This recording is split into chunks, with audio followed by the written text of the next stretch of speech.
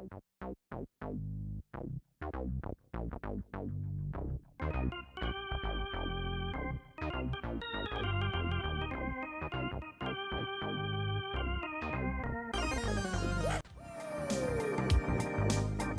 my friend has been playing Pizza Tower. He actually just beat it, and he's been telling me like every day that it's awesome and that I need to play it. And I think he just wants more people to play it in general because he just bought me a copy. Like, he's like, no, bitch, I mean, you're playing it right now.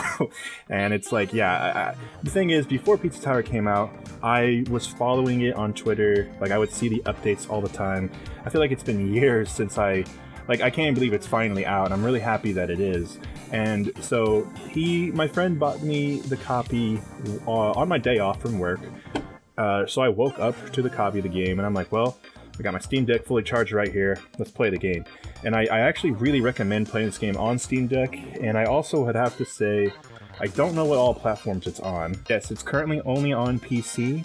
And I hope that with the money it makes on PC, that it can lead to a Switch port at some point, because the Steam Deck is basically just a Switch for people with no lives, and that would be me.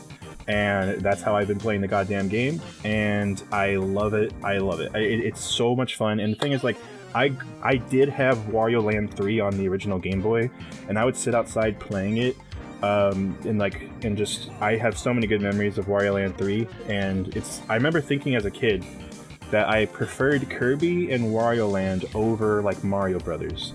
And so a lot of people have been comparing this to Wario Land, which got me really excited. And the thing is I totally get the comparisons. In fact, it's actually not inaccurate at all. It's totally accurate.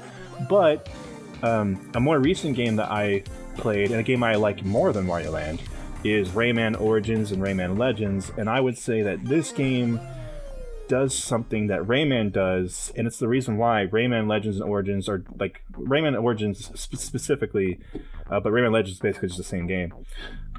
People sometimes, it's like people don't realize it, or like they get surprised when I say it's one of my favorite games of all time. But whenever it's like I say that, people think about it for a second and go, yeah, but I understand. Because we all know that Rayman Origins and Rayman Legends are like some of the best 2D platformers ever released. Like, they're so goddamn good.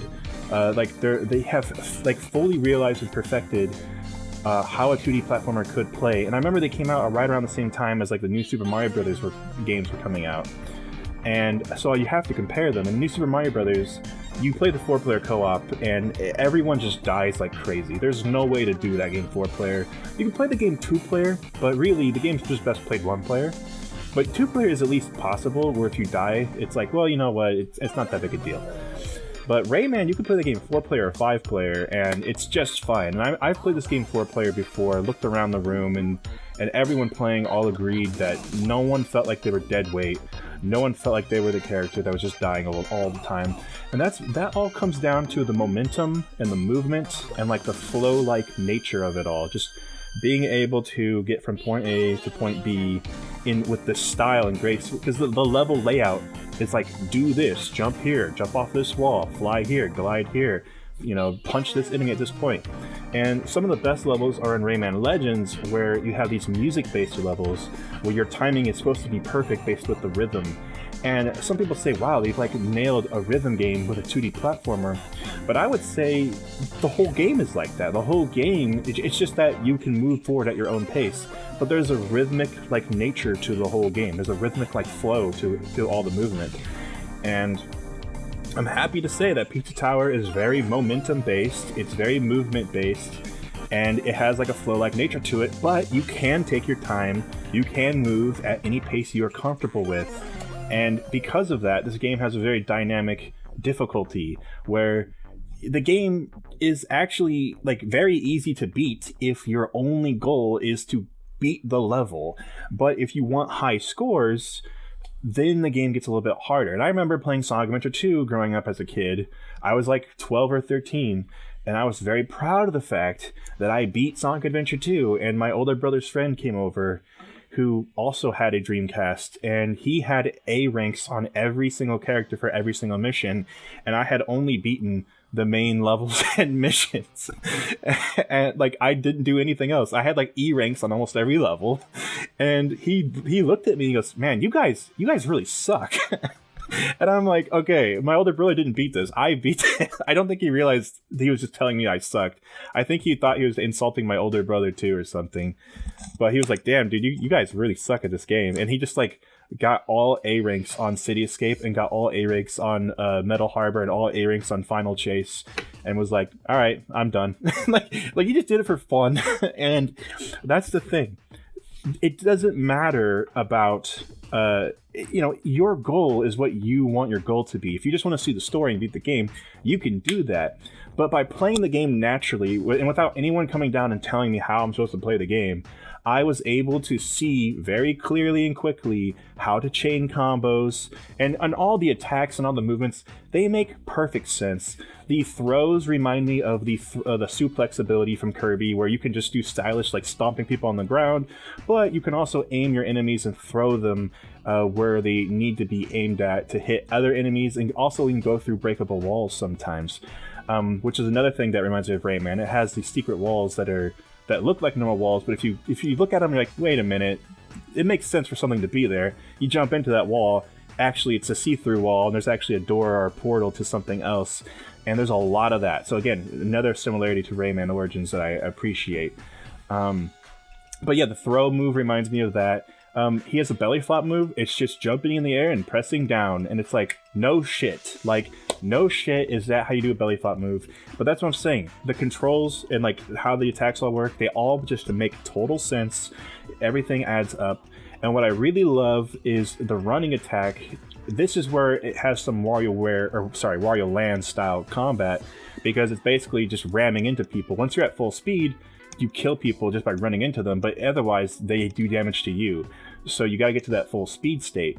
And you can also, there's also like objects that only break when you're running on full speed. You can't just like punch them, you have to actually run at them. And those are the points where the level's like, hey, look, here's a slope here. Here's a thing where you can jump on. Clearly it wants you to do this, and that's how you beat this little section of the level, right? But you can also just do that without even thinking about it. If you're just in a flow-like state, you're just sprinting through the level, you can sometimes do these speedrunner moves by complete accident, because you're like, you see something in one split second and you jump, you hit this thing perfectly, and you just do it all without stopping, and then you hit the other direction on the D-pad, and then you start falling down the hole to the next section, and you're already fully charged up, because as long as you have hit your turn animation and fallen down a hole, you keep going at full speed, and you can just like speed through the level. It's like you're playing a Supersonic, but that's just a game. You know, it's like what if when Sonic ran to full speed, he was at Supersonic? And I guess that's kind of what the boost is in Sonic games, right? The boost, you just kill people. So it's like there's a way to naturally get to the boost state, but you have to maintain that momentum. And you really get to that point where you're like, oh, so this is Ultra Instinct. This is what Ultra Instinct feels like. It's really satisfying. It's really rewarding. It hits all the dopamine levels. And on top of all that, so it's like, I'm talking about the gameplay is solid as fuck. I haven't even talked about the art style, the animation, which is like buttery smooth and beautiful, and the music, which is like so wacky and out there. And it's the kind of stuff that if you do like Wario style games, like WarioWare, you will be right there with the soundtrack. The soundtrack, it sounds like, you know, what if Earthbound like noise and sound effects were mixed with like Super Nintendo like chunky rock games? I'm not talking like Mega Man X. I'm not talking about Mario and Sonic music. I'm talking like the weird off-brand games. Like, you know what I'm saying? I'm talking about those weird off-brand games. This game is like, I'm a weird off-brand game and I'm wearing it as a badge of honor. And I love that for this game. But, you know, some of my other favorite games like Persona 5, Dragon Ball FighterZ, even Ninja Turtles Shredder's Revenge, all those games have so much style and flair. They ooze style. They just like, those are games with swag, but those are also games that are at some of the best. Like, those are some of the tops of their genres, right? Like, Shredder's Revenge is one of the best beat-em-ups out right now you can possibly get. Dragon Ball FighterZ is literally, like, better than Marvel vs. Capcom Infinite, and some would argue it's better than, like, other, like, versus tag fighting games. Like, it's one of the best fighting games out, period. And it's sold more than, like, any of Arc System's actual other games. Like, it sells better than Guilty Gear Strive, for crying out loud, right? and and Persona 5 is well beloved as well. So it's like, it's nice that this game that also oozes style and personality, also like has amazing gameplay. It's not just style; it's style and substance. And some people say, "Oh, a game with style, it can't have substance." Like, I agree that a game with substance is better than a game with style, but when a game has both, ooh, it's so good. It's so good. You need to do both. You need to do both, and that's what I've loved about Fighters and Persona, and that's what I love about this game as well. It's got both style and substance. And honestly, the best way to describe the style is like, Cuphead has like this really fluid, beautiful animation where instead of using like pixely sprite art or something trying to go for like a nostalgic look, it's going for like a super nostalgic look. I'm talking like none of us were born yet. Cuphead goes for that really old school like Betty Boop style cartoon, whereas Pizza Tower goes for more of like an Ed, Edd n Eddy style or something crazier than like just very 90s frantic style.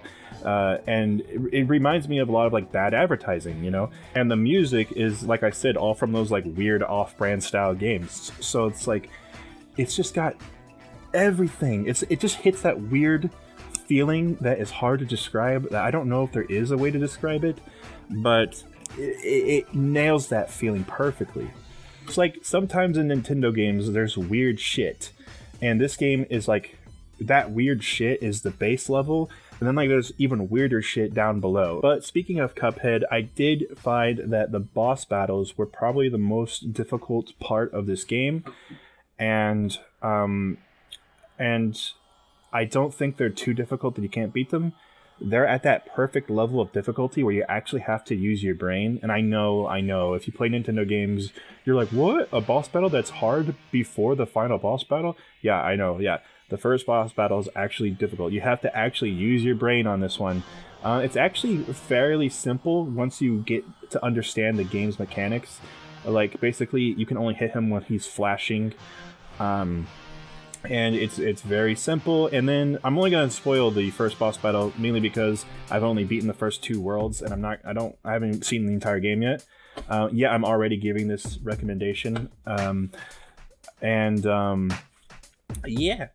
the first boss battle, you have to basically just wait for your time to strike. But it's a little bit harder than that because there's a lot of things that can hit you and hurt you. And sometimes if you're not quite all the way caught up with how the boss does his attacks, you'll get surprise hit too. But once you figure it out, you can pretty much beat him without taking any damage your second or third try. But then once you finally kill him all the way, then he gets all of his health back, and it's a harder version of the same boss. And it reminds me of another mechanic of this game that I haven't even talked about yet, which I'm surprised. But it's just nice that this game has like, this game is not trying to hold your hand and be a baby game, but at the same time, it's not trying to put in difficult stuff for the sake of difficulty. For example, there's not that many parts in the game where you can actually die, but when you can die, there's checkpoints that are fairly easy to keep up with. The checkpoints will just revive you back to exactly where you were, and it's really not frustrating to die at all. I mean, you take damage, you don't really take damage from a health bar or anything. You just kind of lose your combo, basically. You just kind of lose your momentum and speed, and you have to like gain that back up.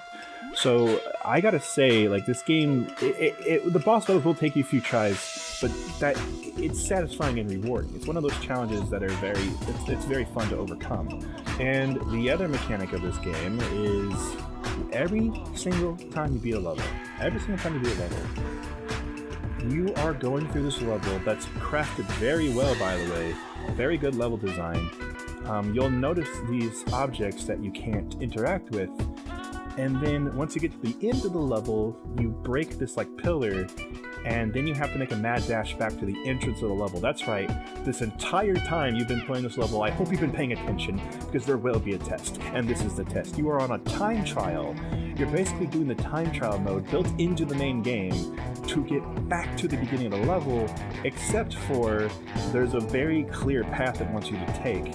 And this is where some of these objects that you couldn't interact with earlier start to come in. And there's cool ways to like cut corners. I found little shortcuts here and there, but there's a path, like it doesn't want you to explore the entire level all over again, because some of these levels are kind of big. once you go down this narrow pathway, it's now reconstructed for you to get back to the entrance of the level. And it's very cool because, like, you know, the level entrances are doorways. And it's funny because, like, in other games, if you go in through a door, you get to the end of the level, you come out the same door at the end. That doesn't make any sense. This game, you actually come out and through the same fucking door you came in, and it's interesting because it's based on blah, blah, blah, blah, blah. It's based around this idea that you're going in this level, you're saving your little food friends. They're like pizza toppings essentially. Another similarity to Rayman, you're breaking these cages to get like little enemies out or like little friends out. I love that they follow you throughout the whole level too, so you know how many you have and stuff. There's also a secret friend you can get that opens up a secret locked door to get like a special secret item. So like there's just like a lot of secrets for every single level. There's a lot of things you have to do. Again, you could just beat the level and skip all that, but you know, I'm just saying. And so it's like you have to go into this room, destroy the room to break part of the pizza tower, I'm assuming. And then you have to bring all your friends that you saved out of that room before it collapses on you. That is this really interesting idea that I haven't seen done before in a game. So, yeah. Anyway, this video doesn't need to be 30 minutes long, like some of my other videos. It doesn't need to be an hour long. But it's been a while since I've done a straight-up game review, and I gotta say that, you know, this is a game that I want to get pushed. I want to see it sell. I want to see it do well. Yeah, I gotta say, it's a full recommendation from me. I think everyone should go out and play it. And I think I described it in ways where a lot of people probably got light bulbs above their head and said, oh yeah, this sounds like the kind of game I'd want to play. And the whole time watching it, this game's development, I was paying attention, and I was like, yeah, this game looks fire. And yeah, it's awesome, you know. So this is the kind of game, like if you're into rhythm games like Friday Night Funkin' or even just like Rock Band or DDR, and you've played 2D platformers, that kind of precision is exactly what this game's going for. So I can honestly recommend it to you if you like 2D platformers, if you like rhythm games, if you like Wario, if you like you like Kirby, you know, if you like Kirby, I think you would like this game. Basically, this game has the cool style points, it's got the swag, it's got the vibes, it's got the other things people say, you know, it's got all the stuff, right, you know. And so I'm not going to give it a number rating, which I normally do, because I haven't actually beat the game yet. So I'm not going to give it a full rating yet. And I know that's weird because normally I give games full ratings. And so I'm just going to say, fucking play the game. I recommend it. It's good if you're a completionist. It's good if you're a perfectionist. It's also good if you just like good games. So I'm just going to leave it at that. And maybe I'll give it a review score later. I don't feel comfortable giving it a review score until I beat the game. And so that being said, I'm going to go back and play it some more right now before I have to go to some party later. So I'll catch you guys on the next one.